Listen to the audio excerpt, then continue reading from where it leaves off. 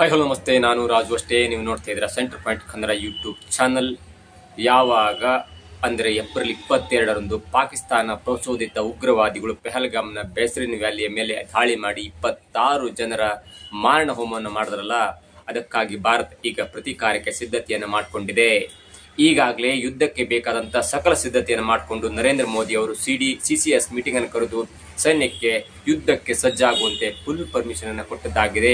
ಅದಾದ ನಂತರ ಭಾರತ ಕೂಡ ಯುದ್ಧಾಭ್ಯಾಸಕ್ಕೆ, ಸೈನ್ಯ ಕೂಡ ಯುದ್ಧಕ್ಕೆ ರೆಡಿ ಆಗಲಿಕ್ಕೆ ರಣತಂತ್ರವನ್ನು ಮಾಡಿಕೊಂಡು ಗಂಗಾ ಎಕ್ಸ್ಪ್ರೆಸ್ ವೇನಲ್ಲಿ ಇದೀಗ ವಿಮಾನಗಳ ಟೇಕಾಫ್ ಮತ್ತು ಲ್ಯಾಂಡಿಂಗ್ ಕಾರ್ಯ ಕೂಡ ನಿನ್ನೆ ಸಮರಾಭ್ಯಾಸದ ಪೂರ್ವವಾಗಿ ನಡೆದಿತ್ತು. ಯಾಕಂದ್ರೆ ನಮ್ಮ ಭಾರತದಲ್ಲಿ ಅನೇಕ ಯುದ್ಧ ನೆಲೆಗಳಿವೆ. ಏನಾದರೂ ಪಾಕಿಸ್ತಾನ ಅಂತ ಯುದ್ಧ ನೆಲೆಗಳ ಮೇಲೆ ವಿಮಾನ ಟೇಕಾಫ್ ಆದ ನಂತರ ಆ ವಾಯು ನೆಲೆಗಳ ಮೇಲೆ ಅಟ್ಯಾಕ್ ಮಾಡಿದ್ರೆ ಭಾರತದ ವಿಮಾನಗಳು ಲ್ಯಾಂಡ್ ಆಗಲಿಕ್ಕೆ ಅಲ್ಟರ್ನೇಟಿವ್ ಜಾಗ ಬೇಕಾಗುತ್ತಲ್ಲ. ಅದೇ ಕಾರಣಕ್ಕಾಗಿ ಹಲವಾರು ನ್ಯಾಷನಲ್ ಹೈವೇಗಳನ್ನ ಯುದ್ಧ ವಿಮಾನಗಳ ಲ್ಯಾಂಡಿಂಗ್ ಸ್ಥಳವಾಗಿ ಮಾರ್ಪಾಡು ಮಾಡುವ ನಿಟ್ಟಿನಲ್ಲಿ ಭಾರತ ಸರ್ಕಾರ, ರಕ್ಷಣಾ ಇಲಾಖೆ ಅತ್ಯಂತ ದೊಡ್ಡದಾದಂತಹ ಒಂದು ಕಾರ್ಯಕ್ಕೆ ಮುಂದಾಗಿತ್ತು. ಅದರ ಮುಂದುವರೆದ ಭಾಗವಾಗಿ ಇದೀಗ ಯುದ್ಧ ವಿಮಾನಗಳು ಗಂಗಾ ಎಕ್ಸ್ಪ್ರೆಸ್ ವೇನಲ್ಲಿ ಲ್ಯಾಂಡಿಂಗ್ ಮತ್ತು ಟೇಕಾಫ್ ಆಗುವಂತ ಒಂದು ಅಭ್ಯಾಸವನ್ನ ನಡೆಸಿದೆ. ಇವೆಲ್ಲದರಿಂದ ಎಚ್ಚೆತ್ತುಕೊಂಡಂತ, ಭಯಭೀತಗೊಂಡಂತ ಪಾಕಿಸ್ತಾನ ಕೂಡ ಇದೀಗ ಯುದ್ಧದ ಭೀತಿಯಿಂದ ಬೇರೆ ಬೇರೆ ಮಿತ್ರ ರಾಷ್ಟ್ರಗಳ ಮೊರೆ ಹೋಗಿದೆ. ಜೊತೆಗೆ ನಿನ್ನೆ ಒಂದು ರಿಪೋರ್ಟ್ ಅನ್ನು ಹೇಳಿತ್ತು, ಇವತ್ತು ರಾತ್ರಿ ಅಂದ್ರೆ ಕಳೆದ ರಾತ್ರಿ ಭಾರತ ಪಾಕಿಸ್ತಾನ ಮೇಲೆ ಅಟ್ಯಾಕ್ ಮಾಡುತ್ತೆ ಎನ್ನುವ ರಿಪೋರ್ಟ್ ಅನ್ನ ಕೂಡ ಪಾಕಿಸ್ತಾನ ಕೊಟ್ಟು ಬಾಯ್ ಪಡ್ಕೊಂಡಿತ್ತು. ಅದು ಹೇಳಿದಿಷ್ಟಿತ್ತು, ಇವತ್ತು ರಾತ್ರಿ ನಮ್ಮ ಮೇಲೆ, ಪಾಕಿಸ್ತಾನದ ಮೇಲೆ ಭಾರತ ಯುದ್ಧ ಮಾಡುತ್ತೆ ಎನ್ನುವ ರಿಪೋರ್ಟ್ ಅನ್ನು ಕೊಟ್ಟಿತ್ತು. ಮತ್ತು ಅವರಿಗೆ ಸಿಕ್ಕಂತ ಇಂಟೆಲಿಜೆನ್ಸ್ ರಿಪೋರ್ಟ್ಗಳ ಪ್ರಕಾರ ಇವತ್ತು ರಾತ್ರಿ ಅಂದ್ರೆ ಕಳೆದ ರಾತ್ರಿಯೇ ಯುದ್ಧ ಆಗತ್ತೆ, ಭಾರತ ಪಾಕಿಸ್ತಾನದ ಮೇಲೆ ಯುದ್ಧ ಮಾಡುತ್ತೆ ಎನ್ನುವ ಒಂದು ರಿಪೋರ್ಟ್ ಅನ್ನು ಕೊಟ್ಟಿತ್ತು. ಆದ್ರೆ ಅದೀಗ ಸುಳ್ಳಾಗಿದೆ. ಪಾಕಿಸ್ತಾನ ಏನೆಲ್ಲ ಬಾಯ್ಬಡ್ಕೊಳ್ತಲ್ಲ, ಮಾಧ್ಯಮದ ಮುಂದೆ ಏನೆಲ್ಲ ಬಾಯ್ಬಡ್ಕೊಳ್ತಲ್ಲ, ಅವೆಲ್ಲವೂ ಕೂಡ ದಿನ ಕಳೆದಂತೆ ಸುಳ್ಳಾಗ್ತಾ ಬರ್ತಿದೆ ಮತ್ತು ಜಗತ್ತಿನ ಮುಂದೆ ಪಾಕಿಸ್ತಾನ ಬೆತ್ತಲೆಯಾಗಿ ನಿಂತ್ಕೊಳ್ತಿದೆ. ಜೊತೆಗೆ ಯುದ್ಧವನ್ನ ತಡಿಲಿಕ್ಕೆ ಪಾಕಿಸ್ತಾನ ತನ್ನ ಮಿತ್ರ ರಾಷ್ಟ್ರಗಳ ಜೊತೆಗೂ ಕೂಡ ಒಂದು ಮನವಿಯನ್ನು ಮಾಡಿದೆ. ಈ ಕಡೆ ಚೀನಾ ಕೂಡ ಪಾಕಿಸ್ತಾನಕ್ಕೆ ಹೆಲ್ಪ್ ಮಾಡ್ತಿದೆ ಎನ್ನುವ ಒಂದು ಗುಮಾನಿ ಕೂಡ ಎದ್ದಿದೆ. ಜೊತೆಗೆ ಈ ಪಕ್ಕದ ಶತ್ರು ರಾಷ್ಟ್ರವಾದಂತ ಪಾಕಿಸ್ತಾನದ ಈಗಿನ ಗೆಳೆಯರಾದಂತ ಬಾಂಗ್ಲಾ ಕೂಡ ಭಾರತದ ಮೇಲೆ ಕತ್ತಿ ಮೆಸಲಿಕ್ಕೆ ಸಜ್ಜಾಗ್ತದೆ. ಇವೆಲ್ಲವನ್ನು ಕೂಡ ಭಾರತ ಹೇಗೆ ಎದುರಿಸುತ್ತೆ ಅನ್ನೋದಕ್ಕೆ ಈಗ ಯುದ್ಧದ ಸಮರಾಭ್ಯಾಸವೇ ಸಾಕ್ಷಿಯಾಗಿದೆ. ಇವೆಲ್ಲವನ್ನ ಡೀಟೇಲ್ಸ್ ಆಗಿ ನೋಡೋಣ. ಅದಕ್ಕಿಂತ ಮೊದಲು ಇಲ್ಲೇ ತನಕ ನಮ್ಮ ಚಾನಲ್ ಅನ್ನ ಸಬ್ಸ್ಕ್ರೈಬ್ ಮಾಡಿಲ್ಲ ಅಂದ್ರೆ ಈಗಲೇ ಸಬ್ಸ್ಕ್ರೈಬ್ ಮಾಡಿ. ಜೊತೆಗೆ ಕಾಮೆಂಟ್ಗಳ ಮುಖಾಂತರ ತಮ್ಮ ಅಭಿಪ್ರಾಯವನ್ನು ತಿಳಿಸಬಹುದು. ಎಸ್ ವೀಕ್ಷಕರೇ, ಕಳೆದ 22ರಂದು ಪೆಹಲ್ಗಾಮ್ನ ಪ್ರವಾಸಿಗರ ಮೇಲೆ ಆದಂತ ಈ ಗುಂಡಿನ ದಾಳಿ ಇದೆಯಲ್ಲ, ಆ ದಾಳಿಯಲ್ಲಿ ಸರಿಸುಮಾರು 26 ಜನರು ತಮ್ಮ ಪ್ರಾಣವನ್ನು ತೆಗೆದುಕೊಂಡು ಅದಾದ ನಂತರ ಭಾರತ ಕೂಡ ಪಾಕಿಸ್ತಾನದ ಮೇಲೆ ನೇರವಾಗಿ ಅಟ್ಯಾಕ್ ಮಾಡಿತ್ತು. ಜೊತೆಗೆ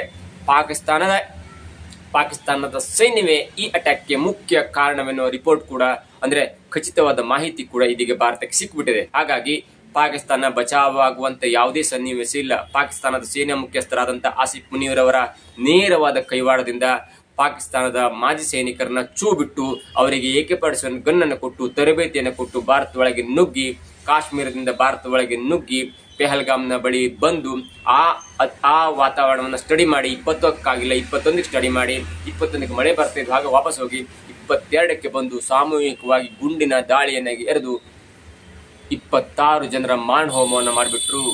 ಅದಾದ ನಂತರ ಇದೀಗ ಭಾರತಕ್ಕೆ ಸಿಕ್ಕಂತ ಮುಖಾಂತರ ಸಿಕ್ಕಂತ ಒಂದು ದೊಡ್ಡ ಅಪ್ಡೇಟ್ ಅಂದ್ರೆ, ಈ ದಾಳಿಗೆ ಪಾಕಿಸ್ತಾನದ ಸೇನಾ ಅಧ್ಯಕ್ಷರೇ ಕಾರಣ, ಆಸಿಫ್ ಮುನೀರ್ ಅವರೇ ಕಾರಣ ಎನ್ನುವ ಒಂದು ಸ್ಫೋಟಕ ವರದಿ ಸಿಕ್ಕಿದೆ. ಜೊತೆಗೆ ಈ ದಾಳಿಯ ಹಿಂದೆ ಅಂದ್ರೆ ಆಸಿಫ್ ಮುನೀರ್ ಅವರಿದ್ದ, ಜೊತೆಗೆ ಚೀನಾದ ಅಲ್ಟ್ರಾಸೌಂಡೆಡ್ ಅಂದ್ರೆ ಡಿಟೆಕ್ಟಿವ್ ಆಗದಂತ, ನಮ್ಮ ಭಾರತಕ್ಕೆ ಡಿಟೆಕ್ಟಿವ್ ಆಗದಂತ ಡ್ರೋನ್ ಬಳಕೆ ಕೂಡ ಆಗಿದೆ. ಆ ಡ್ರೋನ್ಗಳ ಮುಖಾಂತರ ಎಲ್ಲೆಲ್ಲಿ ಏನೇನು ಮಾಡಬಹುದು ಎನ್ನುವ ಸ್ಕೆಚ್ ಕೂಡ ಪಾಕಿಸ್ತಾನ ಹಾಕೊಂಡಿತ್ತು. ಹಾಗಾಗಿ ಈ ದಾಳಿಯ ಹಿಂದೆ ಎಷ್ಟು ಮಟ್ಟಿಗೆ ಪಾಕಿಸ್ತಾನದ ಆಸಿಫ್ ಮುನೀರ್ ಅವರ ಕೈವಾಡವಿದೆಯಲ್ಲ, ಆಸಿಫ್ ಮುನೀರ್ ಅವರು ಕೂಡ ಚೀನಾದ ಹೆಲ್ಪ್ ಅನ್ನು ತಗೊಂಡ್ರು, ಅಲ್ಟ್ರಾಸೌಂಡೆಡ್ ಡಿವೈಸ್ ಅನ್ನು ಬಳಸಿಕೊಂಡು, ಡ್ರೋನ್ ಅನ್ನು ಬಳಸಿಕೊಂಡು ದಾಳಿಗೆ ಸ್ಕೆಚ್ ಹಾಕಿದ್ರು ಎನ್ನುವ ಮಾಹಿತಿ ಕೂಡ ಇದೀಗ ಲಭ್ಯವಾಗ್ತಿದೆ.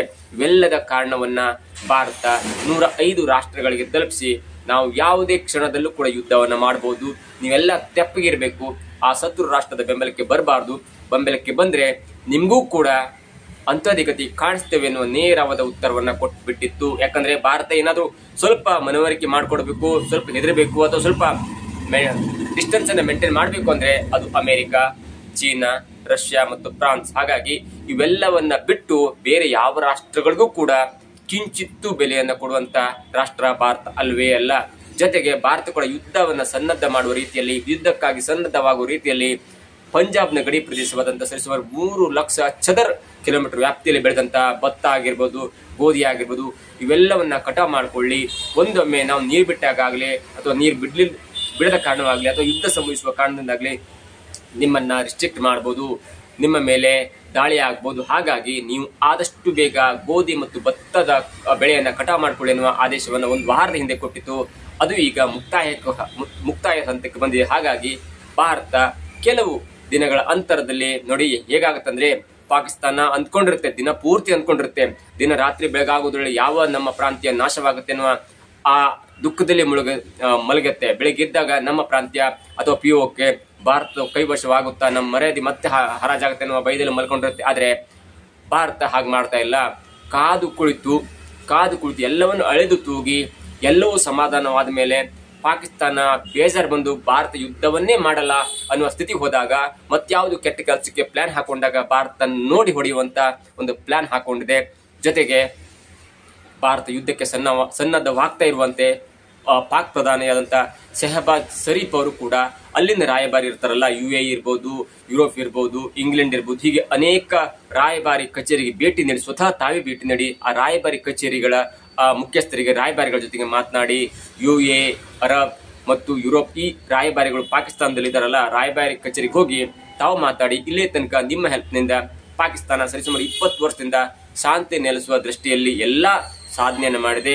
ನಾವು ಮತ್ತೂ ಕೂಡ ಶಾಂತಿ ನೆಲೆಸುವ ನಿಟ್ಟಿನಲ್ಲಿ ನಾವು ಪ್ರಯತ್ನ ಮಾಡ್ತೇವೆ. ಆದರೆ ಇದೀಗ ಭಾರತ ಕೈಗೊಂಡಿರುವಂತ ಯುದ್ಧದ ನಿರ್ಣಯ ಪಾಕಿಸ್ತಾನಕ್ಕೆ ಸ್ವಲ್ಪ ಆತಂಕವನ್ನ ಉಂಟು ಮಾಡಿದೆ. ಹಾಗಾಗಿ ನೀವು ಮಧ್ಯಸ್ಥಿಕೆಯನ್ನು ವಹಿಸಿ ಭಾರತಕ್ಕೆ ಮನವರಿಕೆ ಮಾಡಿಕೊಡ್ಬೇಕು, ಇದರಲ್ಲಿ ನಮ್ಮ ಯಾವುದೇ ಕೈವಾಡ ಇಲ್ಲ ಎನ್ನುವ ಮನವರಿಕೆಯನ್ನ ಮಾಡಿಕೊಡ್ಬೇಕು ಎನ್ನುವ ದೃಷ್ಟಿಯಲ್ಲಿ ಪಾಕಿಸ್ತಾನದ ಪ್ರಧಾನಮಂತ್ರಿ ಆದಂತಹ ಶೆಹಬಾಜ್ ಶರೀಫ್ ಅವರು ಆ ವಿದೇಶದ ರಾಯಭಾರಿಗಳಿಗೆ ಅಂದ್ರೆ UAE, ಅರಬ್ ಮತ್ತು ಯುರೋಪ್ ರಾಯಭಾರಿಗಳಿಗೆ ಕಚೇರಿಗೆ ಖುದ್ದು ಭೇಟಿ ನೀಡಿ ಅವರಿಗೆ ಮನವರಿಕೆ ಮಾಡಿಕೊಟ್ಟಿದ್ದಾರೆ. ಅವರು ಕೂಡ ಸಕಾರಾತ್ಮಕ ಸ್ಪಂದನೆ ಮಾಡಿದ್ದಾರೆ. ಆದರೆ ಅವರ ಮಾತನ್ನ ಕೇಳುವ ದೃಷ್ಟಿಯಲ್ಲಿ ಭಾರತ ಈಗ ಯಾರ ಮಾತಿಗೂ ಕಿವಿಗೂಡುವಂತ ಪ್ರಶ್ನೆಗೆ ಹೋಗಲ್ಲ.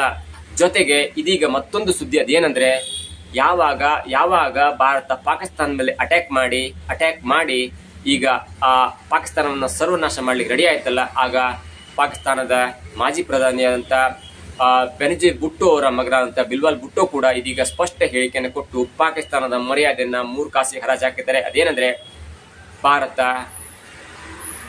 ವಿರುದ್ಧ ಪಾಕಿಸ್ತಾನ ಯುದ್ಧ ಮಾಡುತ್ತೆ, ಹೌದು, ಆದ್ರೆ ಪಾಕಿಸ್ತಾನಕ್ಕೆ ಇದು ಹೊಸದಲ್ಲ. ಇಲ್ಲಿ ಭಯೋತ್ಪಾದಕ ಕೃತ್ಯಗಳನ್ನ ಮಾಡ್ಲಿಕ್ಕೆ ಬಿಟ್ಟದೇ ಪಾಕಿಸ್ತಾನ ಹಿಂದಿನ ಸರ್ಕಾರಗಳು, ಈ ಪಾಕಿಸ್ತಾನದ ಸಂಘಟನೆಗಳು, ಜೊತೆಗೆ ಪಾಕಿಸ್ತಾನ. ಯಾಕಂದ್ರೆ ಪಾಕಿಸ್ತಾನ ಈ ಉಗ್ರವಾದಿಗಳನ್ನ ಮತ್ತೆ ಹಾಕಿಲ್ಲ ಅಂದಿದ್ರೆ ಇಷ್ಟರ ಮಟ್ಟಿಗೆ ತಮ್ಮ ತಾಯಿನೂ ಬದುಕಿದ್ರು. ತಮ್ಮ ತಾಯಿ ಕೂಡ ಪ್ರಧಾನಮಂತ್ರಿ ಆಗಿದ್ದವರು. ಪ್ರಧಾನಮಂತ್ರಿ ಆಗಿದ್ದಾಗಲೇ ಬೆನಜೀರ್ ಭುಟ್ಟೋ ಅವರನ್ನ ಅಲ್ಲಿನ ಉಗ್ರರು ಹೊಡೆದಾಕ್ಬಿಟ್ರು ಎನ್ನುವ ಒಂದು ಹೇಳಿಕೆಯನ್ನು ಕೊಟ್ಟರು. ಆದ್ರೆ ಇದೀಗ ಕಾಲ ಮಿಂಚೋಗ್ಬಿಟ್ಟಿದೆ. 1 ವಾರದ ಹಿಂದೆ ಇದೇ ಪುಣ್ಯಾತ್ಮ, ಇದೇ ಬೆನಜೀರ್ ಭುಟ್ಟೋ ಅವರ ಮಗ ಬಿಲ್ವಾಲ್ ಭುಟ್ಟೋ ಅವರು, ಒಂದು ವೇಳೆ ನೀವು ಸಿಂಧು ನದಿಯ ನೀರನ್ನ ಹರಿಲಿಕ್ಕೆ ಬಿಟ್ಟಿಲ್ಲ ಅಂದ್ರೆ ಆ ಜಾಗದಲ್ಲಿ ರಕ್ತ ಹರಿಯುತ್ತೆ ಎನ್ನುವ ಉಗ್ರವಾದ ಸ್ಟೇಟ್ಮೆಂಟ್ ಅನ್ನು ಕೊಟ್ಟಿದ್ರು. ಆದ್ರೆ ಇದೀಗ ಅವರಿಗೂ ಕೂಡ ಮನವರಿಕೆ ಆದಂತಿದೆ. ಪಾಶ್ಚಿಮಾತ್ಯ ರಾಷ್ಟ್ರಗಳಿಗೆ ಸರಿಸುಮಾರು 3 ದಶಕಗಳಿಂದ ಅವರು ಹೇಳಿದಂಗೆ ಕೇಳ್ಕೊಂಡು ಉಗ್ರವಾದಿಗಳನ್ನ ಉತ್ಪತ್ತಿ ಮಾಡದೆ ಪಾಕಿಸ್ತಾನ ಎನ್ನುವ ಒಂದು ಮನವರಿಕೆ ಕೂಡ ಇದಾಗಿದೆ. ಆದ್ರೆ ಮತ್ತೊಂದು ರಾಷ್ಟ್ರವಾದಂತ ಪಾಕಿಸ್ತಾನದಿಂದ ಬೇರ್ಪಡೆಯಾಗುವುದರಲ್ಲಿ ಭಾರತ ಕೂಡ ಹೆಲ್ಪ್ ಆಗಿತ್ತು, ಬಾಂಗ್ಲಾದೇಶ ಕೂಡ ಹೆಲ್ಪ್ ಮಾಡಿತ್ತು. ಆದ್ರೆ ಅದೇ ಶತ್ರು ರಾಷ್ಟ್ರ, ಅದೇ ಪಕ್ಕದ ರಾಷ್ಟ್ರ ಇದೀಗ ಭಾರತ ವಿರುದ್ಧ ತಿರುಗಿ ಬಿದ್ದುಬಿಟ್ಟಿದೆ. ಮೊದಲು ಮಿತ್ರ ರಾಷ್ಟ್ರವಾಗಿತ್ತು, ಆದ್ರೆ ಕಳೆದ 2 ವರ್ಷಗಳಿಂದ ಭಾರತ ವಿರುದ್ಧ ಪದೇ ತಿರುಗಿ ಬೀಳ್ತಾ ಇರುವಂತ ಬಾಂಗ್ಲಾ ಕೂಡ ಒಂದು ವೇಳೆ ಭಾರತ ಪಾಕಿಸ್ತಾನ ಮೇಲೆ ಯುದ್ಧ ಮಾಡಿದ್ರೆ ನಾವು ಚೀನಾದ ಜೊತೆ ಸೇರ್ಕೊಂಡು ಭಾರತದ ಗಡಿಲಿನ ಸರಿಸುಮಾರು 6-7 ರಾಜ್ಯಗಳನ್ನ ನಾವು ಕಬಳಿಕೆ ಮಾಡ್ಕೊಳ್ತೇವೆ ಅನ್ನೋ ಸ್ಟೇಟ್ಮೆಂಟ್ ಕೂಡ ಬಾಂಗ್ಲಾದ ವಿದೇಶಾಂಗ ಸಚಿವರ ಕಾರ್ಯದರ್ಶಿ ಅಥವಾ ಅಡ್ವೈಸರ್ ಒಬ್ರು ಕೊಟ್ಟಿದ್ದಾರೆ. ಆದ್ರೆ ಈ ಹೇಳಿಕೆಯನ್ನ ಅಲ್ಲಿನ ಮೊಹಮ್ಮದ್ ಯೂನಸ್ ಅಂದ್ರೆ ವಿದೇಶಾಂಗ ಸಚಿವಾಲಯವು ಕೂಡ ತಳ್ಳಿ ಹಾಕಿದೆ. ಯಾರು ಏನಾರು ಮಾತಾಡ್ತಾರಂತ ಅದಕ್ಕೆ ನಾವೆಲ್ಲ ಕಿವಿಗೊಡ್ಲಿಕ್ಕೆ ಆಗಲ್ಲ ಎನ್ನುವ ಒಂದು ಮಾತನ್ನ ಹೇಳಿದ್ದಾರೆ. ಆದ್ರೆ ಆ ಪುಣ್ಯಾತ್ಮ ವಿದೇಶಾಂಗ ಇಲಾಖೆ ಸಚಿವರ ಒಬ್ಬ ಕಾರ್ಯದರ್ಶಿ ರಿಟೈರ್ಡ್ ಮೇಜರ್ ಜನರಲ್ ಅವರು ಕೊಟ್ಟಂತ ಹೇಳಿಕೆ ಇದೆಯಲ್ಲ, ಅವರು ಕೂಡ ತಮ್ಮ ಫೇಸ್ಬುಕ್ ಪೇಜ್ ನಲ್ಲಿ ಬೆಂಗಾಲಿಯಲ್ಲಿ ಒಂದು ಪೋಸ್ಟ್ ಮಾಡ್ತಾರೆ. ಆ ಪೋಸ್ಟ್ ನಲ್ಲಿ ಕ್ಲಿಯರ್ ಆಗಿದೆ, ಒಂದ್ ವೇಳೆ ಭಾರತ ಪಾಕಿಸ್ತಾನದ ವಿರುದ್ಧ ಯುದ್ಧ ಮಾಡಿದ್ರೆ ಭಾರತ ಮತ್ತು ಬಾಂಗ್ಲಾ ಗಡಿ ಇದೆಯಲ್ಲ, ಅಲ್ಲಿ 7 ರಾಜ್ಯಗಳು ಬರ್ತವೆ. ನಾವು ಚೀನಾಕ್ಕೆ ಈಗಾಗಲೇ ಮನವರಿಕೆ ಮಾಡಿಕೊಟ್ಟಿದ್ದೇವೆ, ಒಂದ್ ವೇಳೆ ಭಾರತ ಪಾಕಿಸ್ತಾನ ಯುದ್ಧ ಮಾಡ್ಲಿಕ್ಕೆ ಆ ಕಡೆ ಹೋದ್ರೆ ನಾವು ಈ ಕಡೆಯಿಂದ ಭಾರತವನ್ನು ಅಟ್ಯಾಕ್ ಮಾಡಿ 7 ಈಶಾನ್ಯ ರಾಜ್ಯಗಳನ್ನು ನಾವು ಬಾಂಗ್ಲಾ ದೇಶ ಕಬಳಿಕೆ ಮಾಡುತ್ತೆ ಅನ್ನೋ ಸ್ಟೇಟ್ಮೆಂಟ್ ಅನ್ನ ಕೊಟ್ಟಿದ್ದನ್ನ ನೋಡ್ತಾ ಇದ್ರೆ ಈ ಅಕ್ಕಪಕ್ಕದ ರಾಷ್ಟ್ರಗಳಿಗೆಲ್ಲ ಹುಚ್ಚಿಡಿದಿದೆ ಅಂತ ಅನ್ಸುತ್ತೆ. ಯಾಕಂದ್ರೆ ನೋಡಿ, ನಮ್ಮ ಅಕ್ಕಪಕ್ಕ ರಾಷ್ಟ್ರ ಒಂದು ಪಾಕಿಸ್ತಾನ, ಅಲ್ಲಿ ಬಡತನ ಇದ್ರೂ ಕೂಡ ಯುದ್ಧಕ್ಕೆ ಕಾಲ್ ಕರೆದು ನಿಂತುಬಿಟ್ಟಿದೆ. ಮೇಲ್ಗಡೆಯಿಂದ POK ಇದೆ, ಪಕ್ಕದವಾಗಿ ಬಾಂಗ್ಲಾ ಇದೆ, ಈ ಕಡೆ ಶ್ರೀಲಂಕಾ ಇದೆ, ಮತ್ತೊಂದು ಕಡೆ ಮಾಲ್ಡೀವ್ಸ್ ಇದೆ. ನೋಡಿ, ಶ್ರೀಲಂಕಾ ಒಂದನ್ನು ಬಿಟ್ಟು ಮಾಲ್ಡೀವ್ಸ್ ಆಗಿರ್ಬೋದು, ಪಾಕಿಸ್ತಾನ ಆಗಿರ್ಬೋದು, ಬಾಂಗ್ಲಾ ಆಗಿರ್ಬೋದು ಮತ್ತು ಈ ಕಡೆ ಮಾಲ್ಡೀವ್ಸ್ ಆಗಿರ್ಬೋದು, ಈ 4 ರಾಷ್ಟ್ರಗಳು ಚಿಕ್ಕ ಪುಟ್ಟ ರಾಷ್ಟ್ರಗಳು. ಆದ್ರೂ ಕೂಡ ಭಾರತದಂತ ಬಲಿಷ್ಠ ರಾಷ್ಟ್ರದ ವಿರುದ್ಧ ಕಾಲ್ ಕೆರೆದು ನಿಂತದ್ದನ್ನು ನೋಡಿದ್ರೆ ನರೇಂದ್ರ ಮೋದಿ ಅವರು ಇನ್ನು ಮುಂದಾದ್ರೂ ಕೂಡ ಅಂತಾರಾಷ್ಟ್ರಗಳ ಮೇಲೆ ಬಹಿಷ್ಕಾರವನ್ನು ಹಾಕಿ, ವ್ಯಾಪಾರ ಉದ್ಯಮಕ್ಕೆ ಬಹಿಷ್ಕಾರವನ್ನು ಹಾಕಿ ಅಂತಾರಾಷ್ಟ್ರಗಳ ಒಂದು ಹೆಡೆಮುರಿ ಕಟ್ಟಬೇಕಾದ್ದು ಭಾರತದ ಅತ್ಯಂತ ದೊಡ್ಡ ಕೆಲಸವಾಗಿದೆ. ಆದ್ರೆ ಆ ರಾಷ್ಟ್ರಗಳಲ್ಲಿ ವಿರೋಧಿಯಾದಂತ ಚೀನಾ ಬಂದು ತಮ್ಮ ನೆಲೆಯನ್ನ ಕಂಡುಕೊಳ್ಳುತ್ತೆ. ಹಾಗಾಗಿ ಅಂತಾರಾಷ್ಟ್ರಗಳನ್ನು ಕೂಡ ನಾವು ಮನವರಿಕೆ ಮಾಡಿಕೊಂಡು, ಚಿಕ್ಕ ಪುಟ್ಟ ರಾಷ್ಟ್ರವಾದ್ರೂ ಕೂಡ ಅಂತಾರಾಷ್ಟ್ರಗಳಲ್ಲಿ ಚೀನಾ ಬಂದು ತಮ್ಮ ಯುದ್ಧ ನೌಕೆಗಳನ್ನು ಇಳಿಸಬಹುದು, ಯುದ್ಧ ವಾಯು ನೆಲೆಯನ್ನ ಸೃಷ್ಟಿ ಮಾಡ್ಕೊಳ್ಬಹುದು ಅನ್ನೋ ದೃಷ್ಟಿಯಲ್ಲಿ ಎಚ್ಚೆತ್ತುಕೊಂಡಂತ ಭಾರತ ಸ್ವಲ್ಪ ಸಾಫ್ಟ್ ಕಾರ್ನರ್ ಅನ್ನ ಇಟ್ಕೊಂಡಿದೆ. ಒಂದ್ ವೇಳೆ ಚೀನಾವು ಕೂಡ ಭಾರತದ ಫ್ರೆಂಡ್ ಆಗಿದ್ರೆ ಶ್ರೀಲಂಕಾ ಆಗಿರ್ಬೋದು, ಬಾಂಗ್ಲಾ ಆಗಿರ್ಬೋದು, ಮಾಲ್ಡೀವ್ಸ್ ಆಗಿರ್ಬೋದು, ಪಾಕಿಸ್ತಾನ ಆಗಿರ್ಬೋದು, ಅವೆಲ್ಲದರ ಮೇಲೆ ಕ್ಷಣ ಮಾತ್ರದಲ್ಲಿ ಯುದ್ಧ ಮಾಡಿ ಅವರನ್ನ ಸರ್ವನಾಶ ಮಾಡ್ತಾ ಇತ್ತು. ಆದ್ರೆ ಪರಿಸ್ಥಿತಿ ಬದಲಾಗಿದೆ. ಯಾಕಂದ್ರೆ ಭಾರತದಂತದೇ ದೊಡ್ಡ ರಾಷ್ಟ್ರವಾದಂತ ಚೀನಾ ಕೂಡ ಭಾರತದ ವಿರುದ್ಧ ಮುಗಿಬೀಳ್ತಾ ಇದೆ. ಹಾಗಾಗಿ ಆ ಚೀನಾವನ್ನ ದೂರ ಇಡ್ಲಿಕ್ಕೆ ನಮ್ಮ ಮಿತ್ರ ರಾಷ್ಟ್ರಗಳಾದಂತ ಅವೇ ಶತ್ರು ರಾಷ್ಟ್ರಗಳಾಗಿ ಮಾರ್ಪಟ್ಟರೂ ಕೂಡ ಅವುಗಳನ್ನ ತಮ್ಮ ವಿಶ್ವಾಸಕ್ಕೆ ತೆಗೆದುಕೊಂಡು ಅವರ ವಿರುದ್ಧ ಯಾವುದೇ ನಿರ್ಣಯವನ್ನು ಕೈಗೊಳ್ಳದೆ ಕೇಂದ್ರ ಸರ್ಕಾರ ಒಂದು ಸಮಾಧಾನದ ರೀತಿಯಲ್ಲಿ ಹೋಗ್ತಾ ಇದೆ. ಇವೆಲ್ಲವನ್ನು ನೋಡ್ತಾ ಇದ್ರೆ ಇದೀಗ POK ಮೇಲೆ ಪಾಕಿಸ್ತಾನ ಹೇಳಿದಂತೆ ಭಾರತ ಅಟ್ಯಾಕ್ ಮಾಡ್ಲಿಕ್ಕೆ ರೆಡಿಯಾಗಿದೆ. ಆದ್ರೆ ಅವರ ISI ಏಜೆಂಟ್ ಇದೆಯಲ್ಲ, ಅವರ ISI ಸಂಸ್ಥೆ ಮತ್ತು ಪಾಕಿಸ್ತಾನ ಸೇನೆಯ ಮಧ್ಯೆ ದೊಡ್ಡ ಬಿರುಕುಂಟಾಗಿ ಅವರಿಬ್ರು ಕೂಡ ಸಮನ್ವಯದ ಕೊರತೆಯಿಂದ ಇದೀಗ ಪಾಕಿಸ್ತಾನಕ್ಕೆ ದೊಡ್ಡ ಹಿನ್ನಡೆಯಾಗಿದೆ. ಜೊತೆಗೆ ಇವೆಲ್ಲವನ್ನ ನೋಡ್ತಾ ಇದ್ರೆ ಭಾರತ ಅಂತೂ ಯುದ್ಧಕ್ಕೆ ರೆಡಿಯಾಗಿ ನಿಂತ್ಕೊಂಡಿದೆ. ಪಾಕಿಸ್ತಾನ ಭಯದಲ್ಲೇ ಬದುಕ್ತಾ ಇದೆ. ಆ ಭಯದಿಂದ ಬದುಕಿ ಅಲ್ಲಿನ ಸೈನಿಕರು ಕೂಡ 4,500 ಸೈನಿಕರು ಕೂಡ ರಾಜೀನಾಮೆ ಕೊಟ್ಟಿದ್ದಾರೆ ಎನ್ನುವ ಮಾಹಿತಿ ಸಿಕ್ಕ ಬೆನ್ನಲ್ಲೇ ಕೂಡ ಇದೀಗ ಅನೇಕ ಡೆವಲಪ್ಮೆಂಟ್ ಆಗ್ತಿದೆ. ಇವೆಲ್ಲವನ್ನು ನೋಡ್ತಾ ಇದ್ರೆ ಭಾರತ ಪಾಕಿಸ್ತಾನದ ಮೇಲೆ ಯುದ್ಧ ಮಾಡುತ್ತೆ, ಆದ್ರೆ ಸದ್ಯಕ್ಕೆ ಅದು ದೂರ ಎನ್ನುವ ಮಾತುಗಳು ಕೂಡ ಕೇಳಿ ಬರ್ತಾ ಇದೆ. ಇದಾಗಿತ್ತು ಇವತ್ತಿನ ವಿಶೇಷ. ನೋಡ್ತಾ ಇರಿ centre point Kannada YouTube channel.